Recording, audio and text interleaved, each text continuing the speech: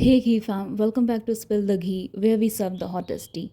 Let's talk about Samantha Ruth Prabhu and her recent What's in My Bag segment with Vogue India. So recently Samantha ने वोग के साथ एक segment किया जिसमें वो अपना बैग ओपन करके बताती हैं कि उनके बैग में क्या क्या होता है। कॉन्सेप्ट सिंपल होता है, कैजुअल होता है, थोड़ा कैंडिड, थोड़ा फन। बस इस सेगमेंट में कुछ चीज़ें ऑडियंस को काफ़ी नोटिसेबल लगी। अगर आप समंता को काफ़ी टाइम से फॉलो कर रहे हो तो आपको पता होगा कि वो अपनी बोल्ड और कॉन्फिडेंट पर्सनालिटी के लिए जानी जाती थी, लेकिन इस सेगमेंट में उनका पूरा डिमेनर काफ़ी अलग था। वॉइस टोन सॉफ्ट, थोड़ा एक्स्ट्रा स्वीट और एक्सेंट भी थोड़ा एग्जैजरेटेड लगा।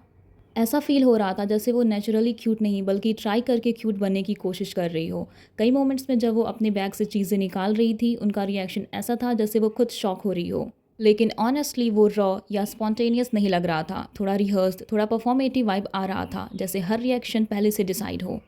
ये एक filtered PR approved soft spoken version था, और जब पर्सनालिटी में इतना ड्रास्टिक शिफ्ट होता है ऑडियंस नोटिस करती ही करती है।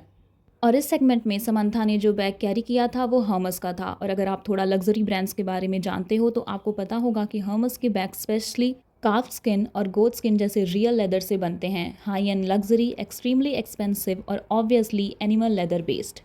और सेम इंटरव्यू में समंथा स्पिरिचुअलिटी की बात करती हैं। वो मेंशन करती हैं कि वो स्पिरिचुअलिटी अलाइंड हैं, माइंडफुल हैं, इनर पीस पे फोकस कर रही हैं, और यहीं पे लोगों को कॉन्ट्रडिक्शन फील हुआ। एक तरफ आप स्पिरिचुअलिटी प्रोजेक्ट कर रहे हो जो यूजुअली कंपैशन, नॉन वायलेंस और माइंडफुल लिविंग से एसोसिएट होती है। दूसरी तरफ आप ओपनली एक ऐसे लग्जरी ब्रांड का लेदर बैग फ्लॉन्ट कर रहे हो जो एनिमल स्किन से बना होता है। यहाँ पे वो हिपोक्रिट लगी, क्योंकि अगर आप जेन्युइनली स्पिरिचुअलिटी प्रमोट कर रहे हो तो क्या आपको at least publicly animal based luxury products avoid नहीं करने चाहिए, या फिर एटलीस्ट इस कॉन्ट्रडिक्शन को एड्रेस करना चाहिए। और ये सिर्फ बैग का इशू नहीं है, ये इमेज बिल्डिंग का इशू है। कुछ टाइम से समंथा अपने इंटरव्यूज़ में victim narrative, healing journey, spiritual growth, inner transformation जैसे टॉपिक्स पे ज़्यादा फोकस कर रही हैं।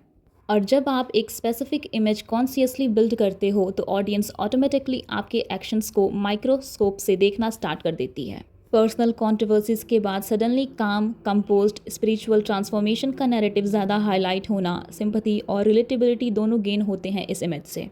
इसलिए जब आप स्पिरिचुअलिटी की बात करते हो और साथ ही मल्टी लाख रुपीज़ का exotic leather bag casually show करते हो तो लोग क्वेश्चन रेज करते हैं। ये नेचुरल है। कुछ टाइम से समंथा अपने सोशल मीडिया पर repeatedly negative, toxic environment, emotional drama और विक्टिम टाइप पोस्ट शेयर करती रहती हैं। Even after moving on, even after remarriage, narrative का centre point often first marriage की प्रॉब्लम्स ही होती हैं। हर दूसरे पोस्ट में इनडायरेक्ट हिंट, हर इंटरव्यू में इमोशनल अंडरटोन। ऑडियंस को यहाँ प्रॉब्लम ये नहीं कि किसी ने ट्रॉमा फेस किया, प्रॉब्लम तब होती है जब हर चीज़ में खुद को विक्टिम पोजीशन में रखा जाए, स्पेशली जब पास्ट कंट्रोवर्सीज में उनका नाम भी इक्वली इन्वॉल्व रहा हो। इंडस्ट्री में ये बात ओपनली डिस्कस होती रही है कि उनका करंट रिलेशनशिप एक मैरिड मैन के साथ स्टार्ट हुआ था। एलिगेशंस ये भी रहे कि वो अपनी ही फ्रेंड के हस्बैंड के साथ क्लोज हुई, जिससे एक एग्जिस्टिंग मैरिज टूट गई। लेकिन अगर कोई मैरिज ब्रेक होती है तो रिस्पॉन्सिबिलिटी सिर्फ एक इंसान की नहीं होती। राजनीति मोरू का भी रोल उतना ही अकाउंटेबल है जितना समांथा का। और इन सब कॉन्ट्रोवर्सीज के बाद ऐसे पोस्ट शेयर करना जैसे उनको अपने घर में नेगेटिविटी नहीं चाहिए, ये सब डबल स्टैंडर्ड जैसा लगता है। एक तरफ आप पॉजिटिविटी, स्पिरिचुअल ग्रोथ और हील्ड वुमेन का इमेज बिल्ड कर रहे हो, दूसरी तरफ पास्ट एक्शंस के कॉन्टेक्स्ट को कन्वीनियंटली इग्नोर करके सिर्फ अपनी सफरिंग हाईलाइट कर रहे हो। ऑडियंस को सेलेक्टिव स्टोरी टेलिंग पसंद नहीं आता। अगर आप जेन्युइनली हील्ड हो तो आपको हर सेकंड अपने विक्टिम आर्क को रिमाइंड करने की ज़रूरत नहीं होती।